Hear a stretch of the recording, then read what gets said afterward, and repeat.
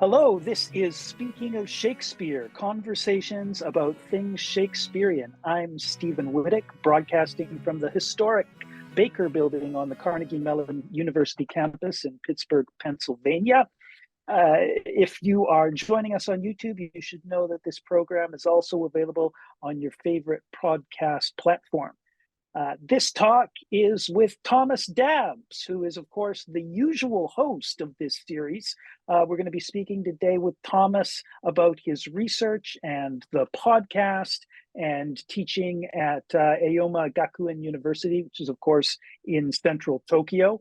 I will also note before we get started that this series has been maintained with the support of Aoyama Gakuin Institute of the Humanities and from the Japan Society for the Promotion of Science, and we thank them for the support for this. What to my mind is one of the greatest podcasts to come out. There are many, many Shakespeare-centered podcasts, of course, and a lot of very, very strong ones. But I'll say anyway, personally, Thomas, yours has been my favorite. You started, as I'm sure many people know, back in 2021 during the pandemic. This, I believe, correct me if I'm wrong, this is episode 50, where you have put yourself in the spotlight. You started in 2021 with Sarah Olive. Since then, you have had just a tremendous roster of guests that has included some of the great luminaries of the field. You've had Emma Smith, Tiffany Stern, Stephen Greenblatt, of course, James Shapiro, Eric Rasmussen, and the list goes on. You've also used the podcast as a space to introduce the work of younger, up-and-coming scholars, too. So, for me, since I found out about it, the podcast has been a really great way just to sort of keep in touch with what is happening in the wider world of Shakespeare studies. I won't ask you, Thomas, who has been your favorite guest. I think it's clear, the guest who got to be co-host.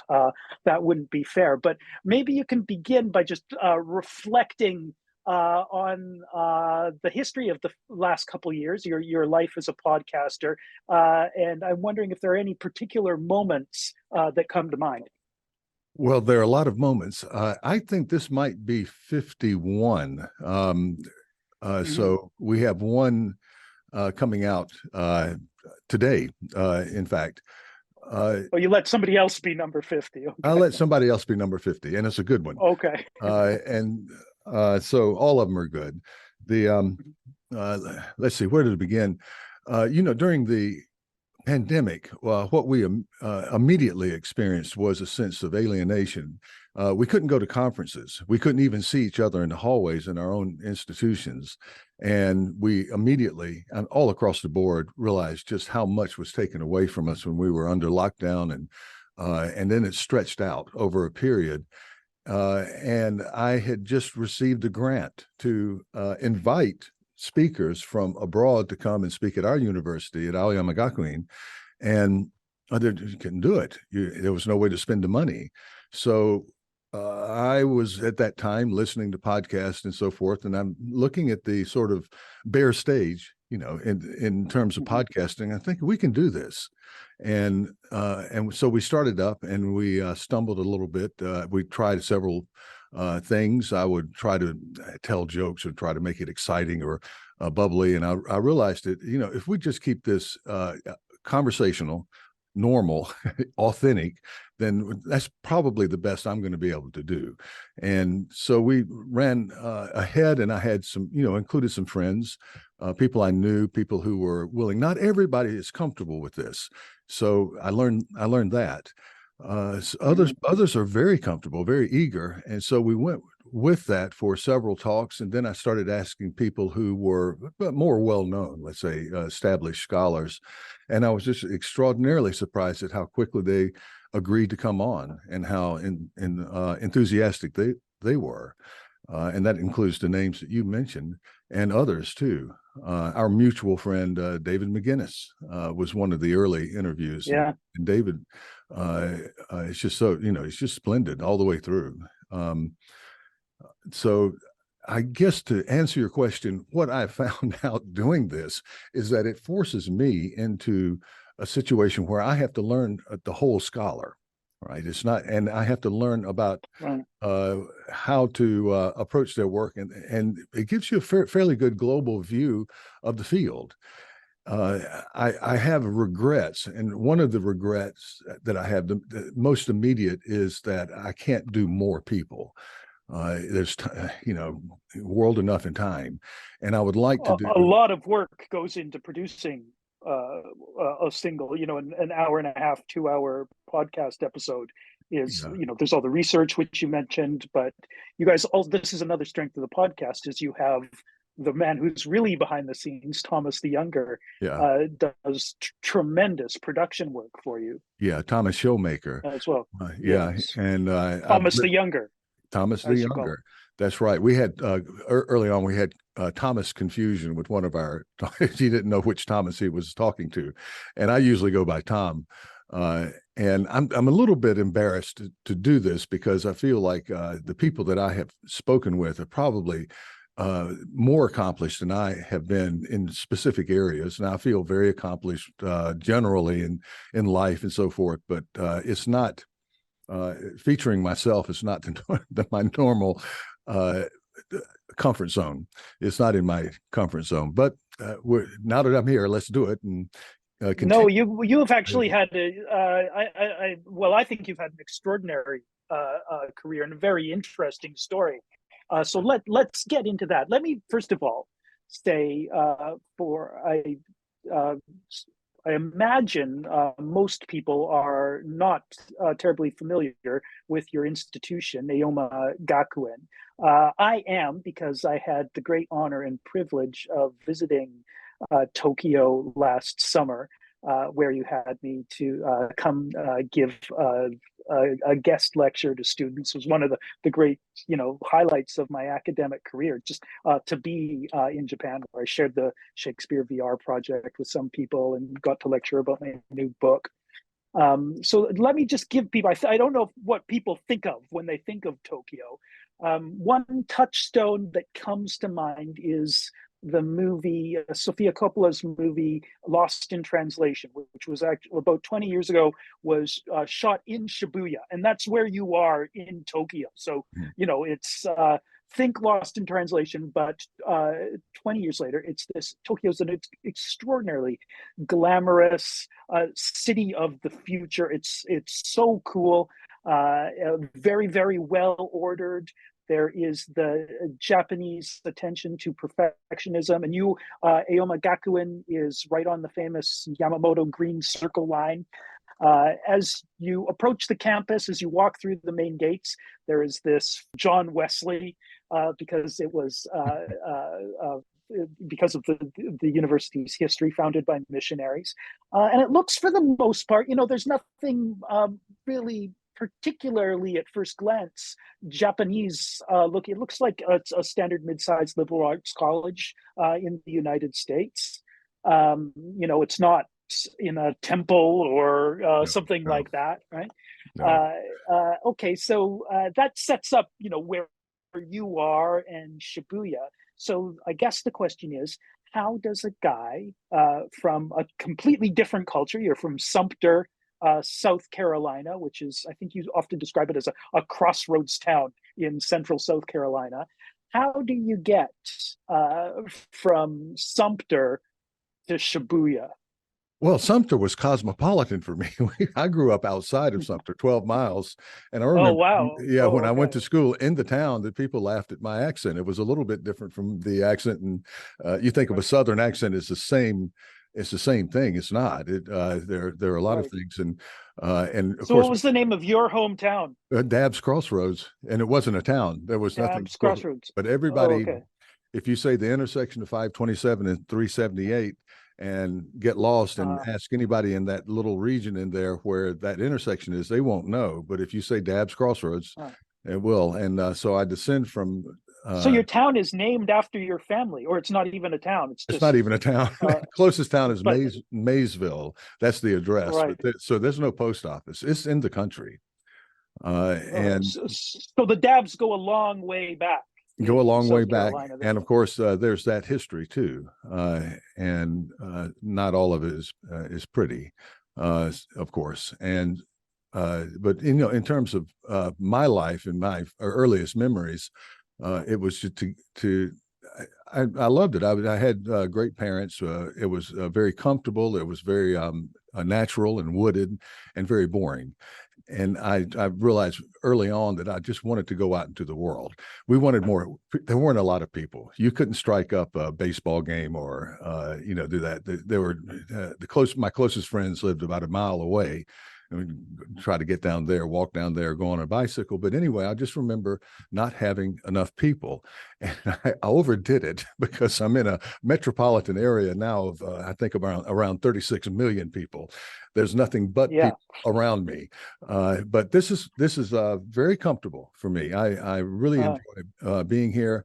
I went and I was educated. I won't go into too much detail, but I went through and did a PhD and worked in the States for at the University of South Carolina, right? That's right. I studied with Trevor Howard Hill, and I think you have been influenced by no his kidding. culture. Yeah, he was my Yes, his work on A Game of Chess. Yes, the great scholar of A Game of Chess. Yeah, and not the easiest guy to work under. He's passed away now, but an extraordinarily good scholar. And he was also into computer. We'll get to this, but into computers very early on and bibliography. Yeah. So I was very well trained in the working scholars area, in bibliography, not as much in theory and critical reasoning. And I tried to bring that into the dissertation that I wrote that became a book, kind of combining Foucault with reception studies, a reception study of Marlowe. And that went off very well. I was very fortunate right out of graduate school to get a book published. And then things. So it sounds like you're influenced by, it sounds like a project very much of its time. You're influenced by this new thing called New Historicism. That's right. With the focus on Foucault, particularly points towards that. That's right. Said.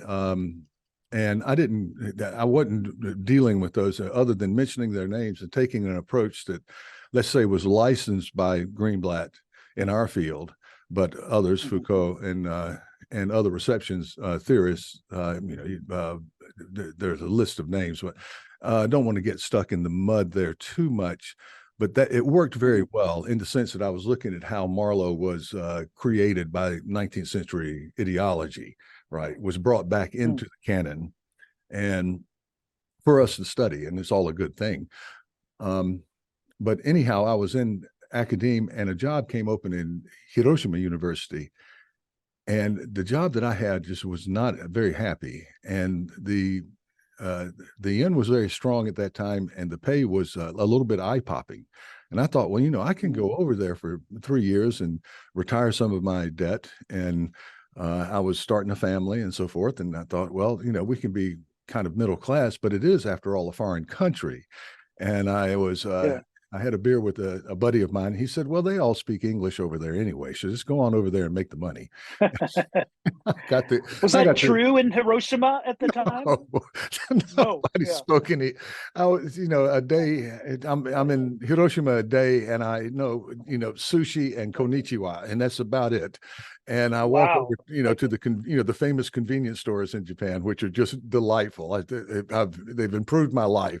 To get a tube of toothpaste, and there was nothing in there that said toothpaste, and I had no idea how to ask for it, and everybody was polite. Wow. No sense of being threatened or anything, but I bought a tube of something that I thought was toothpaste, and I thought it was this taste terrible, and I think it was it was makeup. Wasabi?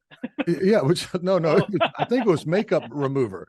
It just, everything was in a tube. And so I had to start learning Japanese. And that was a long process, but, through plenty of rehearsal and so forth. And I have a lot of great stories of the humiliation one experiences, the humbling experiences of learning a language. If you're me, I'm not particularly good at languages, but I was good in piano. I played piano when I was in high school and middle school and so forth. And I learned songs through rehearsal. And that's how I did language. You took the same approach to language. Took the same, You spent some time in England yes, at some point there as yeah, well. Did you live in England, or you just yeah. visiting? No. I did an exchange type program. I went with a group to study at the University of London for a period when I was in um, undergraduate, and I probably have mentioned this several times, but that was you've done work on conversion. That was my conversion. I was Right. supposed to go back to Sumter, South Carolina, and be a businessman of some type because I was quote unquote good with people. Actually, Mhm. I'm terrible. Anytime I've ever tried to do anything that involved business or what, I'm not good. I'm not a good salesman. I'm not a good anything. And I loved this West End scene that we were exposed to immediately as a say 21-year-old guy. And I'm going, it was just this world that I had never seen before. And then we studied, we went up to Stratford and studied there for about 3 weeks and saw the whole repertoire that year. It was a great program. And it was just Wow. completely transformational. And that drew me into this business that we're in. Right. Yeah. Right. So fast forward a couple of decades, you have since become, and then of course you moved to Aoyama Gakuin University, and you've become you really kind of created this niche for yourself. A big part of your work has been, as one of the chroniclers of Shakespeare studies and Shakespearean culture in Japan. And you wrote a book about your pedagogical experiences teaching this course on the Bible to Japanese students. That is Genesis in Japan, the Bible Beyond Christianity, came out in 2013, which I read just this past week, and it's such a fun read. It is really, really good. And this is one of the things you say at the beginning of the book. Usually, when academics write books about courses they've taught, the implicit message is, I'm such a fantastic teacher. Look at this wonderful course that I've developed. Everybody should follow my example. That's usually right. You take what's so refreshing about the book is you take kind of the opposite track, and it's sort of this warts and all, but very, very relatable for anybody who's ever taught a university level course, just of your struggles. And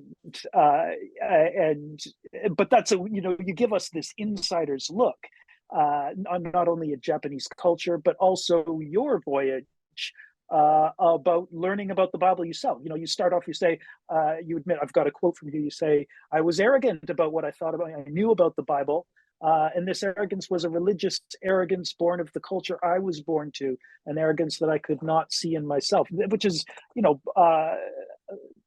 so great, I think, that you made yourself vulnerable like that. And I really felt like I learned a lot from the book as well.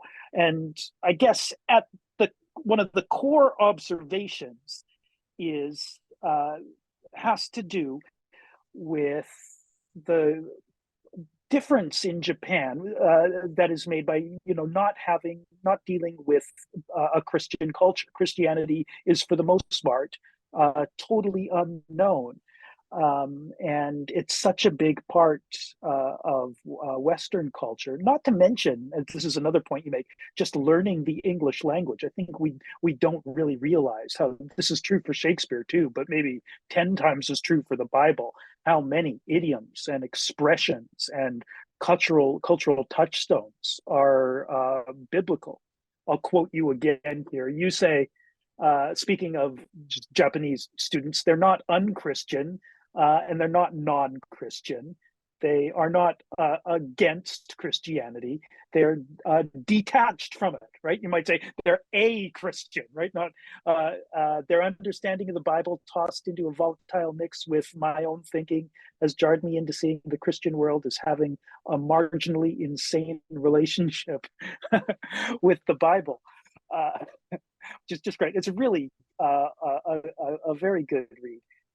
So can you tell us a little bit then about this massive odyssey that you had you're asked to teach this course. It's been on the books forever. And the head of the department, I guess, says to you, oh, you're, from Southern California, you must know, or Carolina, pardon me, you must know something about the Bible. And you just kind of say, okay, I don't, I'm a Shakespearean, but I'll do it. And you take it from there. What happens?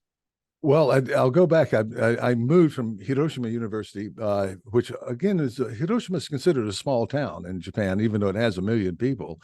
And I got this fabulous job in 2003 here, and it's been very happy. And yes, that's right. When I came here, we had a part-time teacher who was teaching the Bible, and because of its the Methodist foundational basis of this university, which is in stark contrast with the fashion area that we're in, the Dior stores and the Gucci, the 4-story Gucci store and that sort of thing. Here we go into John Wesley, who probably would see all of this capitalism as being John extraordinarily... Wesley would not approve. No way. A lot of idolatry. That's why he looks so angry. Oh yeah, we just refer to him as the scary guy at the front gate. I just, when I meet my students, sometimes we go out to eat or whatever, I say, let's just meet under scary guy, and they think that's funny. But it is kind of scary. Like he's up there looking down, looming over us. So that's it's a great picture. Well, when I took over this course, it was something that I didn't think I could do. I had to start out by reading the Bible, and I'd never read the Bible, not the whole thing, and it's long, and it's hard, and it's not the most engaging thing to read all the way through. So we start there, and I'm going, how am I going to spit this into a class? I was given one class to do this, and then immediately found out that even with a lot of my students, the Garden of Eden was very fuzzy. The Eve maybe, but let's say Noah, Lot, and all of these stories that we somehow, I don't know, have absorbed through our skin somehow, living in Christian cultures, right? And I'm going, I'm going to have to back off here and start somewhere else. And what was helpful, he was very controversial in my day, was E.D. Hirsch. I remember this whole idea of cultural literacy. Yeah. Right. Yeah. And I'm going, I was critical of Hirsch back in the day because it seemed a little bit classist or, something that belonged to elite institutions, the Harvard Great Books series, that sort of thing. But there is quite the Canon Wars, that kind of thing. But there was a lot to it, and it was very directly applicable to this as a methodology for teaching. You want students, they're taking these classes, they're majoring in English and English literature to better their English skills, but also to internationalize themselves, to make themselves to cross cultures. And many of them will get jobs where they are in Christian culture. If they go to Europe, or if they go to North America or South America, for that matter, Australia. And I realized that this is, one of those practical courses. You can tell a joke. You can say something like, "Well, he walked on water," as far as I'm concerned, and you're perfectly almost bilingual Japanese students will have no idea where that comes from. What do you mean walk on water? Right. So I started approaching it that way. Now it took a couple of years before I got the motors running, but using that kind of model, the cultural literacy, then I started finding that I'm doing some good here. This is working. But when I first started, it was, we just start out with I think in the book, the firmament. They're looking at me blankly, like, what is a firmament? Give me a break. The creation story. What, so.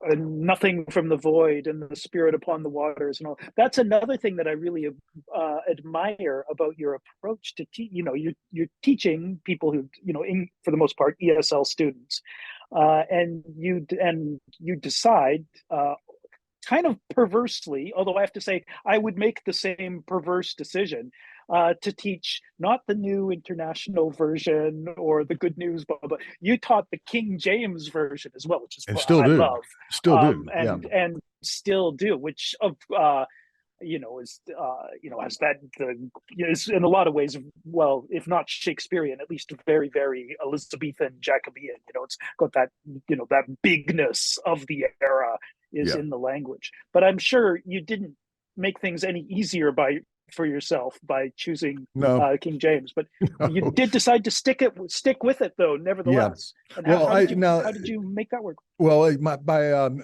modifying you make some modifications. Now, I work generally with summaries. There's no way you can ask these students to read the entire Bible in the King James version Yeah. or modern English. It's just too long. No, I wouldn't do that with people whose first language was English. Yeah, I know. It's just too much. So It's you like, say, okay, here are the things you need to know. I don't want you leaving this. I don't want you leaving Dabbs's class not knowing about the flood. I don't want yeah. you leaving Dabbs's class not knowing something about King David or Solomon. Mm-hmm. Certainly, when we get further in, Jesus and the Gospels and the writings of Paul. I just want you to have a grip on this somewhat, so that you're not completely naive. And by the way, if you know these things, you'll know what basically 98% of the people in the Christian world know. Not many of us are that practiced on the Song of Deborah, or I've read nothing. No one seems to understand Song of Solomon, and so right. I really do skip through, but we bring up excerpts in every class, examples from the King James Bible, and I will translate along the way from that English to modern English, and if necessary, throw in some Japanese words. But you have to be careful with that, because the languages are very divergent sometimes in their meanings and where they go. But it's taught. All of these classes are taught in English, and that's required, actually. Yeah. That's what they want me here for. Everything else, of course, in my world is in Japanese, including my marriage. So right. But getting back to the Bible, it it works. But just time and again trying to explain these things. We just recently did the Trinity, and because we have Jesus, we have the fitful single parent God, and then Jesus. You get through that, and then we all of a sudden have the Holy Spirit, and that becomes and all three of these things are God. And I have my very precise students here who go, well, wait a second, this is not working out mathematically at all, right? So you have to go back to the whole Aristotelian thing, a poodle, a Labrador, German Shepherd, right? They're all dogs. And then I said, and we all know dog spelled backward is God. And the room just broke out in laughter. But these kids are so unbothered by the irreverence of teaching the Bible that is it's not a sacred lot to of them, fun. of course. Well, why should they be? They're not in any way spiritually invested in it. And it sounds like you have a lot of fun with it. You would have a totally different experience, I think, if you came to Carnegie Mellon and taught a course on the Bible. First of all, you'd have a lot more tensions to deal with. People coming in with all kinds of investments and reservations, and you'd probably have to be a little bit more negotiation, I think, to do. I wouldn't be. But there's something refreshing, I think, about teaching the Bible to people who, where it's a blank slate. Yeah, I wouldn't be a good enough Christian, and I wouldn't be a good enough atheist. Right. I would be somewhere in the middle where everybody, almost everybody exists, but there's always the one person who would come in. There have been so many modern miracles technologically in our time and just before our time and so forth. And when I think about being a complete skeptic, a complete atheist, I think, if I'd approached somebody in the late 19th century and said, well, here, I'm holding something in my hand and I can talk to my wife who's flying across the world on the other side of the world at 30,000 feet in this thing we call an airplane, right? I can just do that right now. And they would say, listen, we have a friend who's trained in the kind of illness that you have, all right, because we think you need to have a little talk with this person because you're sounding a little on the crazy side here, Dabs. Right. So Yeah. there are a lot of things we don't know, and I'm good with that. But to get a grip on anything in what we generally call the West, you have to have some of these biblical things under your belt. And so we do have a minister who comes on and teaches Christianity. And I've had other friends who are, but that's not you're a literature teacher, and that's those boundaries are clear, even though it's a university founded by missionaries and has this right. Legacy. You're not expected to proselytize in any way. That's not in my totally remit. outside of your deal. Yeah. Not in my remit, and actually not in the remit of the Bible too. This is one of the embarrassing things. Three quarters of it roughly is the Old Testament. I mean, it takes a long time to get through the Old Testament, the not Christian Old Testament, and I've had students who seem to be a little bit perplexed. When are we getting into this forgiveness thing? And there is forgiveness, right? Yeah. There is forgiveness, but when are we going to do Christian? When are we going to do the Christian thing? And it's way down the road, and let's just see what's going on here. And it points to some of the false consciousness in Christian culture about what the Bible is and how closely related it might be to modern day life and so forth. Now, all of that said, you go back and every year I see something that just astounds me in the way people were thinking in the ancient world. The Bible is bottomless. It really is. It's just bottomless, and it's brilliant in ways that if you think of what people were faced with in terms of day-to-day life and the challenges, and they would care enough about who they are to get things written down, to make sure they had their stories passed from generation to generation. I wondered the other day if we care that much about it, what we leave behind. And that's just highly, highly civilized, even in the midst of all of this terror, really just the terror of daily life, just trying to feed yourself, get through living in these circumstances.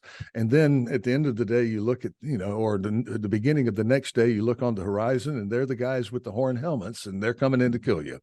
The horror of all that, that they would care enough. No, it's a tremendous book. I mean, it's the great artifacts of Western culture. No doubt about it. But we did just yesterday. I wanted to do one more quick one. Just yesterday, we got to love your neighbor as yourself every year, and I looked at these polite young women, mostly we're probably 75% women, and they are the nicest people in the world. And do you love your neighbor as much? And they go, no, I don't love my neighbor. That's impossible. Ridiculous. And then they're nice. Love your neighbor more than yourself. No, I don't. We're in this vertical city, right? And nobody loves their neighbor. And even my neighbors, who are the nicest people in the world, we kind of avoid each other. If I hear them going out into the hallway, I'll wait until they get down the elevator, right? And they'll do the same with me, because then we have to think of things to say to each other and so forth. But so I just, so go I don't ahead. think I want my neighbors to love me more than they love that much. I don't want that much love from my neighbors. As long as they keep a respectable distance, that's fine. I don't need love. That's great. But that's one of those things, again, I like idioms that we take for granted. I wanted to get to Paul's Cross. You've done a lot of your research has focused on Paul's Cross, which for listeners who may not know, is a section of early modern London around the environs of Paul's Cathedral, the old Paul's, not the one we have now, but the one that burned down, which was a center of activity. It was where all the bookstalls in early modern London were, center of the print trade and printers.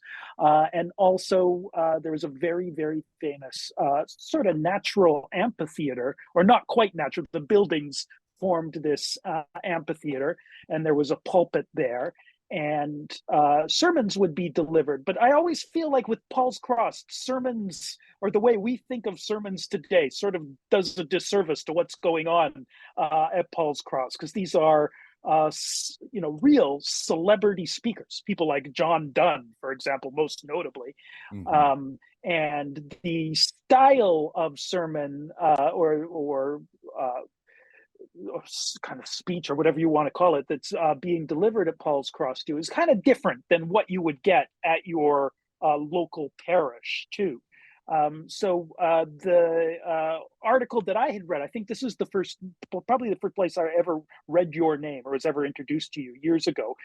You have an essay in Paul's Cross and the Culture of Persuasion, which is a great collection of essays by my old friend Thomas Kirby and also Paul Stanwood, who I studied with. And your essay is called Paul's Cross and the Dramatic Echoes of Early Elizabethan Print. And I guess one of the core ideas is not only in this article, but across a lot of the work that you have done, has to deal with kind of a symbiosis between what's going on in the theaters on one hand, what's going on in print, and what's going on especially at Paul's Cross. And you use the phrase, and I'm delighted by this because I think about these things very much along the same lines you do in my book, The Media Players, that this is the development really of a new broadcast medium and also the development of a public sphere. So do you want to say a little bit about, why, how do these sermons, what does this have to do with what's going on in the theater? Where's the connection? And what is a culture of persuasion? Yeah, this is a hard one, Stephen, because there are people in our field who are they are perhaps rightfully against the stark materialism I'm attempting as we go beyond that essay, because you can say, okay, preaching is from a pulpit, that's kind of a stage, but there was this conflict between pulpit and stage, of course. The Puritan what are called Puritan condemnations of the theater, which what is a Puritan, who knows, we won't get into that. But yeah. I'm very, very, very interested into the virtual Paul's Cross project that's done by John Wall at NC State. Rose Henschel has written a book that covers the influence of the cathedral. It was a big place. It was central to cultural life in London in more than just a religious way. And so I'm still working on this, a project that I'm calling The Wreckage of Faith, because we all know, and I think the starting point, great title. Well, the starting point here are of course, Reformation, the Reformations, but the Chantry Acts, and the missing thing that Alec Ryrie has done very good work on this, and he called this mass destruction that occurred during this period, and it was mass destruction. So you go into these cathedrals, and also all of the attendant grounds, including the bone chapel or charnel chapel that surrounded the Paul's Cross pulpit on the northeast side of the cathedral, that was, of course, repurposed during in 1549, when Raynor Wolfe moved into that area and they removed the bones of the dead. Right? They all go into the Thames, or a lot of them go into the Thames. Or Finsbury Fields, which is a huge area. Yeah.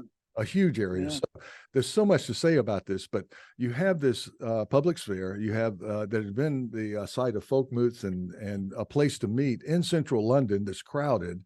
It's already set up that way. My feeling is that what happened is when the hard Reformation hit, in 48, 49, before Mary, that cathedral, and all the way through, there were people who just didn't see the purpose of that, because so much of the cathedral is devoted to saying prayers for the dead and the little altars. And when you wipe out purgatory, you're taking a large part of the purpose of a cathedral away from the cathedral. Right. So what do? We have this big building here, and a lot of people want to Yeah. tear it down, but that's hard. It's huge. And so they do begin tearing parts of it down and repurposing Bone Chapel. You know, I can't find records of this, but removing the bones of the dead. Now there's living memory of that. People know their relatives, you know, in that in the ground. Churchyard means there were graves there, and that a grave was like in Hamlet, dig a hole and wrap them in a shroud and put them in if they're not somebody, right? So there's this huge kind of area of the dead that's not the churchyard of our that we know, then that's gradually become surrounded by bookstores. And I think there was an intentionality. I can't show it, but I know there was a relationship between Raynor Wolfe and Cranmer, Thomas Cranmer. Now, they would not have been in the same circles, but I think when before Mary, in about 49, they could see that here we have the great mouthpiece of the Reformation is the Word of God. And we can build this place up. And here we have the pulpit, and here we have the dead to remind everybody of where it all ends, right? This could be it. This could be how we use this cathedral. And yeah, we can use the interior for our sermons and St. Faith's underneath. We can still do this, but there's the area where we can spread the word, right? And you have those innovative sermons from Hugh Latimer to John Donne, you know, on out. However, unintended consequences. I don't want to go on too long about this, but unintended consequences. When you develop a market for print, when you get literacy, you get, for the first time that I can see in English speaking history, you get people who are coming to hear the word of God, who have read, right? They have read portions of the Bible or have read whatever was published, and they can check the preacher while he is talking. And there's a dramatic, so they come in with foreknowledge, where it's in the past you just talk to the people and tell them the story of King David, tell them the story of Jesus. But now in a much more dogmatic way, you know, you can do whatever you want. You can set it up however you want, but then you have a public that's part of a ongoing debate in the Reformation among Protestant preachers. So that's dramatic. But when you have all those people there, why not give them a translation of Ovid's Metamorphoses, right? Which, you know, done by, you know, just brilliant translation. Why not give them a history of England or give them Plutarch and just translate it and start selling these books, and you get pleasure reading. And immediately when you see this is you see dramatists in the 70s, when these big theaters start popping up here and there.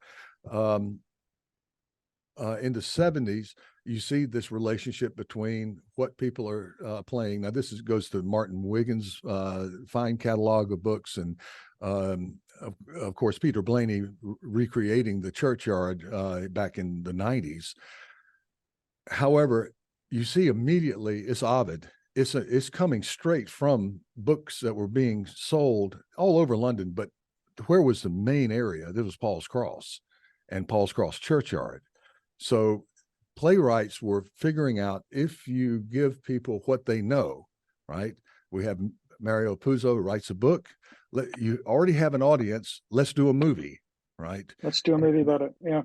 Yeah. So this is the unintended outcome, that this theater, the source material for theater, was really coming from books, new printed books in English.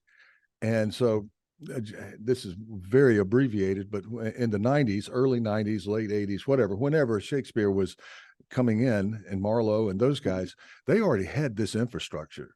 They had theaters that they could fill, and they had a way of doing, the Japanese would say, they knew how to do this. You take books that people know. Romeo and Juliet is a known story in this, you know, circulating around London in Paul's Cross Churchyard, 30 years. And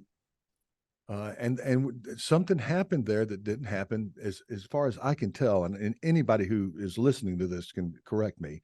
I don't see it anywhere else in Europe, where you have these large public theaters that had such a relationship with the theater at court also. The print market. Yeah. There really is symbiosis. Really is There the was right this word. But symbiosis and was completely unintended. The preachers didn't want that. They weren't supporting popular drama.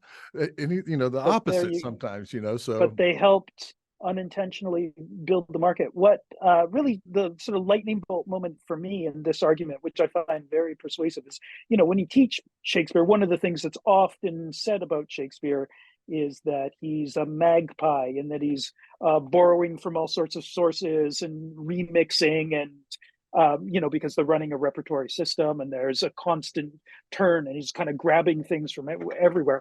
And of course that's true. But what your argument makes clear is another important part of the picture is that he's just not kind of randomly grabbing stories out of anywhere. He's building on this market that's already been developed and building on things that are popular in print and moving them over, especially things like Ovid and all of these Italian stories that are being printed, like those. There's an available storehouse there that his public's already kind of been conditioned. The interest has already been built, and he's building on that. I think that's fantastic, and I look forward to what was the title of your fabulous title? Wreckage of Faith, and Wreckage on Faith. Okay, well, stay tuned for wreckage of Faith. Yeah, and right. Well, when that comes out, I'll have to interview you again, and you can tell us more about it. We might have to wait for that, but yes, Uh-huh. but there is a wreckage. There was the wreckage of the Reformation, the destruction of altars and other buildings, and also there's that very, very ugly scene of the churchyard and the people who were put there and bodies coming back up. And of course, we can tie that to Hamlet in another right. Yeah. So, Right. but we'll see. We'll see if I can find somebody who wants to put it out. As a digital humanist myself, you mentioned the Virtual Pulse Cross project, but you yourself have your own digital projects. In fact, you were the editor-in-chief of the Journal of the Japanese Association for the Digital Humanities, a role I think you've just recently stepped down from. And you've got a pretty substantial digitization project going on at Aoyama Gakuin University, the Digital Access Project. Could you tell us a little bit about what you've been doing in DH and new work? I don't know anything about this, but you mentioned in your email you've got new work on AI as well. So I would like to hear about all of that. Ooh, well, I think both of us are part of the forthcoming SAA seminar on this that Don Rodriguez is setting up on AI in the I don't think I am. Oh, you aren't? Okay. All right. Well, anyhow, or if I am, somebody should say I'm happy to. I'm doing a seminar on public making at the upcoming SAA that I'm very excited about. Well, I kind of wish I was part of yours, because I'm trying to write an abstract for this one. And the problem is, and I'll get to what you asked, the problem is when you are asked to comment on AI, you are obsolete before you get off. It's like buying milk at the store and it goes sour before you get home. You just don't know what's best before date. 3 months from now, the whole thing can change. So I'm very much concerned about that. What I'm thinking and what I've been thinking about for years is that if it's not online, then it doesn't exist in terms of training in a large language model or whatnot. So what is not online? An enormous amount of archival material, and so especially manuscript archival material. So the little stone that I'm carrying to the Cathedral of Learning is a collection that we have at our university of Bibles that are. We have one that's incunabula. We have 16th century Bibles and 17th century that were purchased and sort of forgotten about. This is the Digital Access Project. This is the Digital Access Project that I was doing here.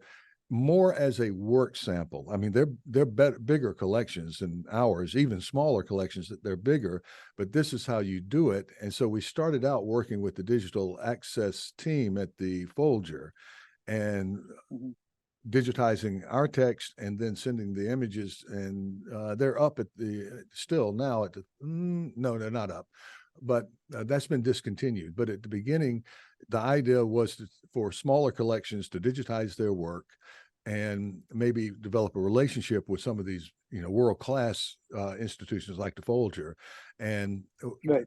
that can, have the viewing platform, the triple IF compliant viewing platform, and the ability to show and very much zoom in and see, the specifics of these images, which is sometimes better than the naked eye, really, if you were in the archive itself. Now they've gone another direction at the Folger, and that's, I don't think that's the best way to go, but the thing is, the good news is that these viewing platforms have become more, the ability to set them up has become easier, more out of the box. Yeah. And so that's where we're going next year with this. We're going to we've worked with the library, and we'll be able to provide viewing access, I'm hoping within the next 18 months, of our little collection, and basically write up what we did as a work sample for other people who may be interested in their collections, and putting these little treasures that are out there up online for whatever purpose. That is so great. And you have some really interesting rare Bibles at Aoyama, at the university, that I take it have been there for like way back from the missionary days, right? Yes. Of the founders, right? Yes. And it's very arbitrary. I could go on for some time about that, but it would be, for instance, the oldest book that we have is a Jerome Bible, Biblia Latina, which is not a Gutenberg, but it's in that range of Bibles that were printed during that time, and it's a beautiful work. We had a missionary here whose daughter, now this would go back to maybe the 50s. His daughter was killed in a car accident, and he gave that book to our library in her memory. And it didn't work very well because but so we brought that back out and put that up on our website and so forth. Because that was his will, and the book is then, has another reason to exist out there. But when it's stuck in an archive, and it's not easy in a Japanese university to get access to a physical archive, they're very well protected and very well taken care of. But for instance, the collection, the great Shakespearean collection at Meisei University, is not the easiest place to gain access to. They've gotten much better about it this year, but the thing is, they're very protective of their material, and to the degree that you don't, it's hard to see any of it. Right. So yeah, next time I go to Japan, I want to go to Meisei University and find out exactly what's going on. Because they have how many folios there? Like 11, was it right? Or something like that? I think there were 12, and now it's 10, I think, and I may be wrong. And the irony is that to get that access, I would put you in touch with one of two scholars I know who are not Japanese. So I was laughing with one of my friends, a colleague at another university who's Japanese, and he said, I couldn't get access to it when I tried, and some years ago. But well, for instance, Eric Rasmussen has access to it, and John Jowett has recently visited, and they were very gracious and very open, and so, with recommendations of someone like that, I think it would be just fine. Right. Well, if those guys Probably can't not get with my access, then recommendation. Yeah. nobody is going to get access. Those are like the two of the very, very top, textual scholars in the world. Yeah, and For Shakespeare stuff. others also have had access, but it's something that can be set up. Right. But me making a direct call wouldn't help at Yeah. all. I'm in. I mean, I'm more interested. I've seen many folios. I'm less actually interested in the folios. I'm more interested in the whole. Meisei is kind of shrouded in mystery. It is. And I'm interested in how exactly so many folios ended up at, which is Meisei is, as I take it, not one of the major universities in Japan, right? It's There's really no this reason. kind of obscure place. Yeah. They had a But they've strong. got, outside of the Folger, they've got more folios than anybody else in the world, I believe. Yep. They had one strong man who came in there, and he was one of these guys who was going to get things done. They had some money, and he says, "Well, we're going to have a department of English literature, and we need books." And he started buying up things, and they had the money at that time, and it just happened to be there at that time. And it turns out there were very, very good investments. However, it you would expect something like that maybe at Keio or University of Tokyo, maybe Waseda, but that it happened at Meisei. So See, this is the kind of stuff that and it's a great segue to the next thing I wanted to ask you is as I was saying in the introduction, you've sort of developed this niche for yourself as one of, maybe not the only, but one of the leading experts on just sort of Shakespeare in Japan. You've got a recent article, which is another great read in Cahiers Elizabethians, called The Theater of the Confused, about this. It's called Waiting for Will. It sounds like this very strange production. It's Waiting for Will, which is sort of a play on Waiting for Godot, and it's two older actors. And then you also have an essay called Playing with Shakespeare in Japan, which is a more comprehensive look at adaptations. And I think you co-authored this with some students, I believe, too. Everything Shakespearean adaptations in Japanese culture, from everything from stage productions to novels to manga and anime and all that. But can we start with Theater of the Confused? I love it. The central idea is this notion that in Japan, like we think of confusion as this kind of derogatory thing, as in Lear damnation, confusion. But in Japan, there is sort of the benefit of the confused. And that's kind of your entryway into your description of your kind of hilarious experience with this production. So what's so great about confusion? well, you're in an ordered society when you're in Japanese society, and so confusion at times is invited. It's they use their word, like we would say, a happeningu. Something happens and it's delightful.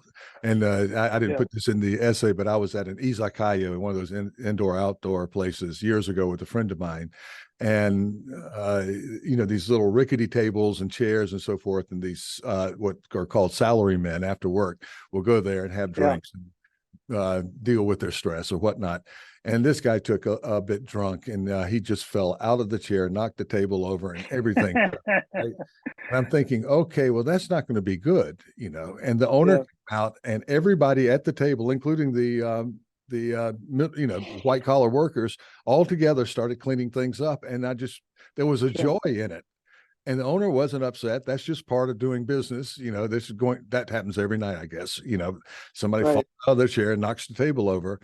And it's very welcome and received, I think, because so much of the rest of your life is so ordered, right? Right. And so my colleague and friend Shoichiro Kawai at the University of Tokyo is a dramatist and as well as a translator, and he's very famous in these areas and extraordinarily brilliant.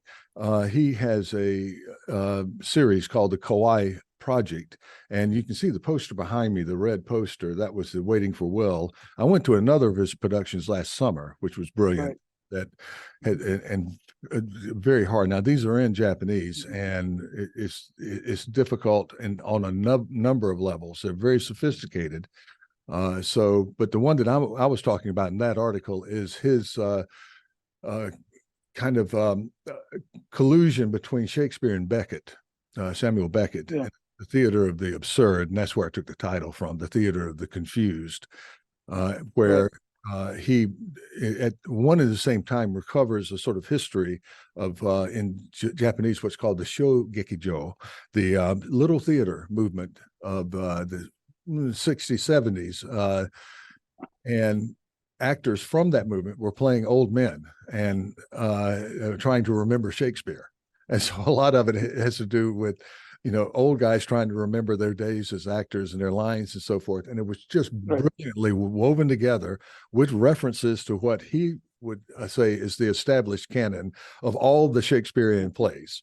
So wow, I didn't catch all the references. So there is this flood of, it's in Japanese, first of all, and That's there's but the point is you get overwhelmed with all of these references. They're coming at you so fast and hard that you realize no one's going to be able to hit everything. That's and right. There's a pleasure in just sort of having the confusion wash over you. And there's a playfulness in it too. It's a game. What can you remember? What the whole thing is very interactive, just in terms of its script, in the sense that it's playing with you. What do you remember? Now, this is a select audience, not an elite audience, a select group of people who know their Shakespeare pretty well. Right. And now they had the advantage of being schooled in Shakespeare in the Japanese language. So I haven't read the Shakespearean canon in Japanese. My goodness, nowhere close.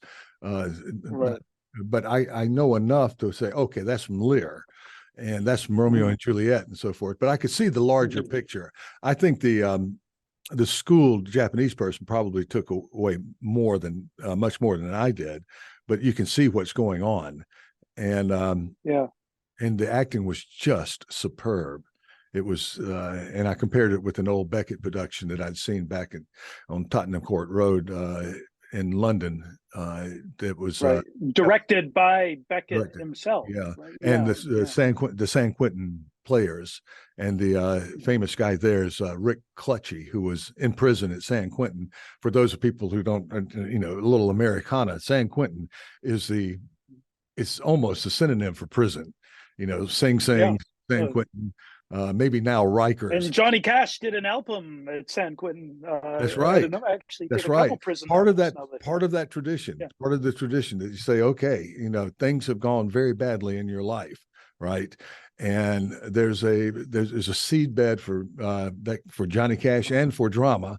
And Rick Clutchy saw that and began the workshop, the San Quentin workshop. And as far as I can see, it's one of the most rehabilitating things that prison has to offer, if someone gets interested in that sort of thing. But Clutchy got out and traveled and met Beckett in Germany, and was directed by Beckett.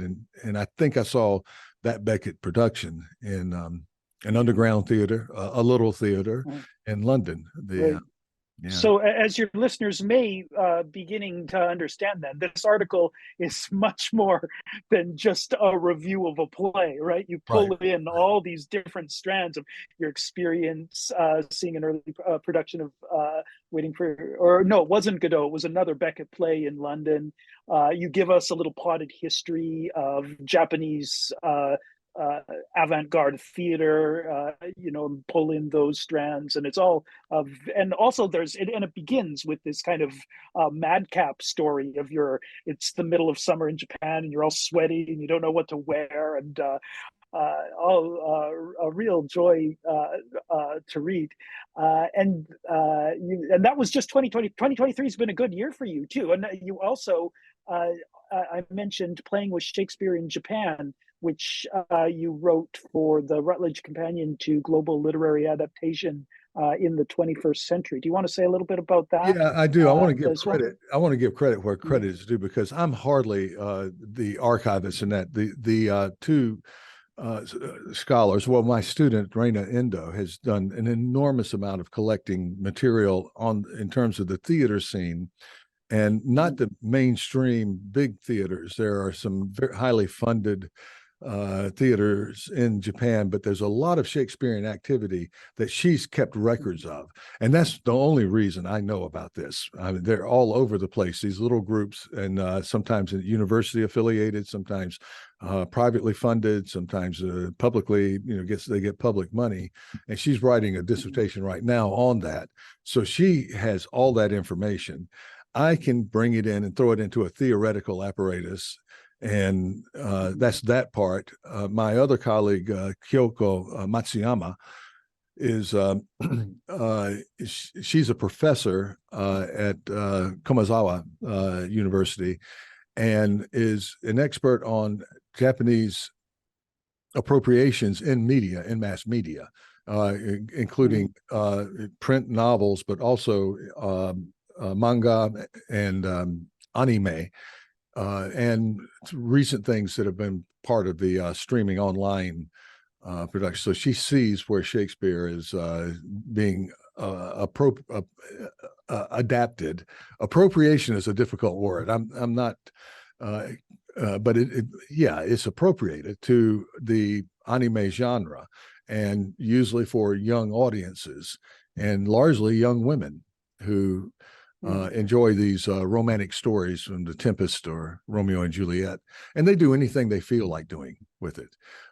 So there's no sense. We argue.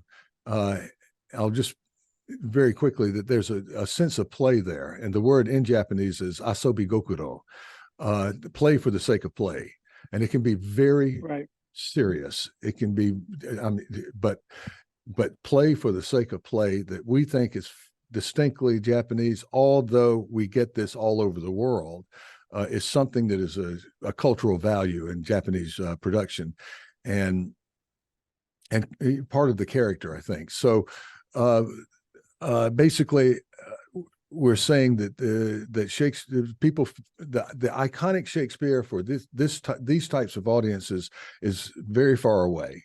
That you can do anything you want, and also I don't want to. There is a feeling out there that there might be some kind of cultural colonization going on.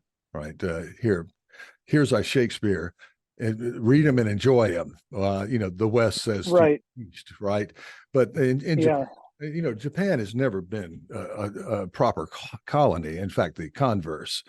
And from the very beginning, right, of course, Meiji Shakespeare, and I cited, thankfully, Alexa Jovan and Adele Lee have done some work on this recently, so I could cite them. This is a major country that, in fact, has a history of being the dominant culture. When Shakespeare came to Japan in the Meiji period, it was Japanized, to use the word they used, right off the bat. There's no real hesitation in the history of Shakespeare in Japan. So what you see when you see Shakespeare in Japan is very willfully imported, just like Starbucks or anything else, and then it's turned into something Japanese after. Right. So it's not quite correct if I follow the argument. One shouldn't think about Shakespeare in Japan along the same lines as we think of Shakespeare in India, to take an example, where there's a colonial history where it was, brought in, and people were, it's more been brought in on more of a voluntary sort of basis. Yes. Given that, then I'm curious to know. Maybe this is an impossible question to answer, but I'll ask it anyway. How would you characterize the idea of Shakespeare in Japanese culture? Like, what does, you mentioned connections to romance and love stories, that sort of thing, or what does Shakespeare mean when he's invoked in Magna and stage adaptations? Something very culturally important in the West, a word that you can say, like a taxi driver. Just started, I was on a longer ride, and he just started asking me what I did. And I told him I taught Shakespeare at the university. He knows my university is very well known in Japan because of its location. It has a good reputation too. And he said in English, to be or not to be, so he Oh, had. wow. So everybody knows But that. now Okay. that said, there's not much after that because the literature is not taught in secondary schools in Japan. So Right. you're not going to run into literary study until you get to university and major in a literary field. That could be Japanese literature, that could be French or Spanish, or English, or English and American literature is the name of my department. So um, that takes out a lot when you take out secondary schooling. However, after that, there, of course, creative artists are going to see how much raw material you have in Shakespeare, just like Shakespeare saw Hmm. the raw material in his sources, right? Of So, course, keeps on going. and they have a little something with the Shakespeare thing because really it's associated with young people with love. They missed the ending of Right. Romeo and Juliet and just got this. Okay, Shakespeare is sort of equal to Romeo, sort of equal to love, and so it's shallow in that way, but then it gets very, very, very much more profound as you go in. And of course, there are literary scholars who are Japanese who. Not so much of my generation, but above me, who may have had a little more, post-Victorian the Englishness of Shakespeare, and Shakespeare is a great icon. There may have been there's a good bit of that may have existed in certain circles. There was a Hmm. Globe Theater that turned into it's kind of an interesting story. They built a Globe Theater to do Shakespeare, but it kind of became an idol theater, a theater for like K-pop. Really? Yeah.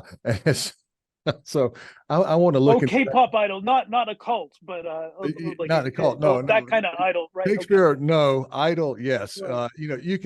Just think you can fill this place up with people. Uh-huh. And so I need That's to. it. That is a great story. Was that in Tokyo? That's in Tokyo, yeah. And I don't know enough Yeah. about it. Sarah Olive Uh-huh. knows a lot about it. But it's considered kind of a tragedy for us, Shakespeare Uh-huh. out, idols in, these pop idols. Right. Yeah. And I find it kind of funny, just at a distance, Yeah. because you can just see the practical benefits of having your Sure. so It's kind of fitting in a way. I mean, it was, the Globe was a popular theater. It's about, you got to go to where the audience is. It makes perfect sense from a certain perspective. yeah. So Uh, I do want to make it very clear, though, that I have really no expertise in the archival understanding of even 21st century Shakespeare in Japan or even Tokyo, because so much right. is happening. Now I get bits and pieces, but these scholars that I worked with do. Hmm. But one's in one kind of subspecialty and one's in the other. And then I Hmm. sort of brought everything together. And I'm bringing some knowledge in too, but it was a nice thing to collaborate on. And that was fun. Yeah, and for listeners, again, that volume is entitled "The Rutledge Companion to Global Literary Adaptation in the 21st Century." It's got a really cool cover of that book. I have cover envy. Yeah. Thomas, I notice we are well past the hour mark here, and I've covered most of the major territory that I wanted to cover. Is there anything that I have missed or anything you would like to add before we uh, part ways for the time being? Um, I think we've gotten it here. Yeah, I'm looking at a list of We, notes that I made. I wanted to remind okay. I was so afraid you're going to ask me about an art. If you publish, you know this, you published an article 10 years ago, you forget what you said. Uh-huh. And Yeah. I've gotten challenged Yes. in sessions and said, well, you said this, and then later you said that. And I said, well, I thought this then, and I thought that later. I changed my I've mind, evolved. Yeah. Yeah. and actually I'd forgotten that I'd written either one of those things. Oh.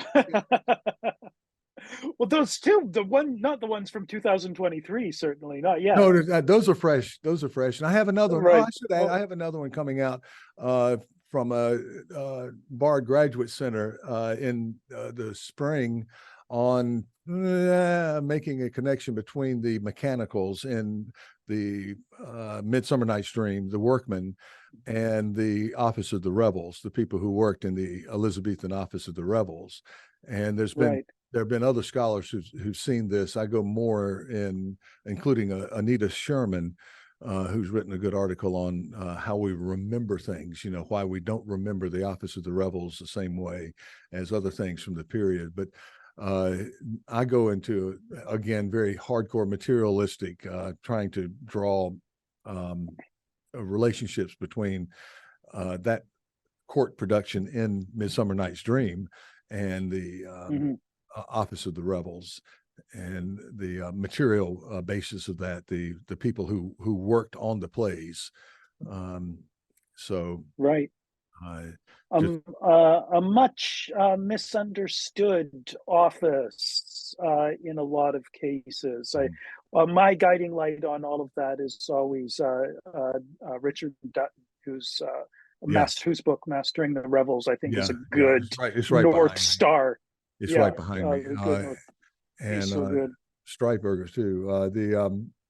But people, it always kind of bugs me when people describe the Master of the Revels as a censor. I think to characterize that office just purely, to think of it as state censorship. I mean, it's kind of half true. There's a censorship function, but if you look at the manuscript for Sir Thomas More, you can see how the Master of the Revels was really, well, first of all, it's a patronage appointment. He's making money off the plays, right? So he's got a vested interest in the success of the theater and helping the players out, and doesn't want to get his nose sliced or anything.